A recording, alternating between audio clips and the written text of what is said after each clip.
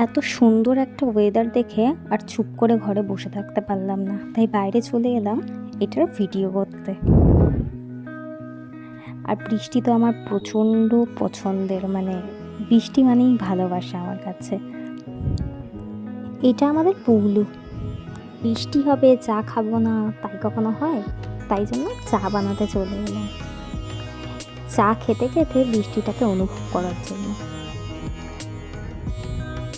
মজার বিষয়, পুগলু চায়ের ভীষণ ভয় পায়, তাই ওর সাথে একটু মজা করছিলাম, কিন্তু বেশিক্ষণ ওকে আমি ভয় দেখাই না। আমার ভালো লাগে না ওকে ভয় দেখাতে। ওকে এরকমই আমার মিষ্টি একটা বাচ্চা, ওকে আমি ভয় দেখাতে পারি না। ছাদে চলে এলাম এত সুন্দর একটা ওয়েদারে আমার মায়ের ভালোবাসা তোমাদের সাথে শেয়ার করার জন্য। এরা হচ্ছে আমার মায়ের ভালোবাসা, এটাই আমি দেখাতে আজকে ছাদে এলাম।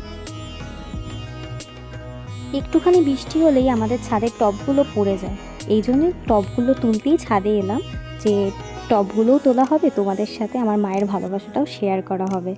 এক কাপ চা হাতে নিয়ে এই সুন্দর বৃষ্টিটা অনুভব করার জন্যই ছাদে এলাম। বৃষ্টি হবে, একটু ভাজাভুজি খাবো না তাই কখনো হয়?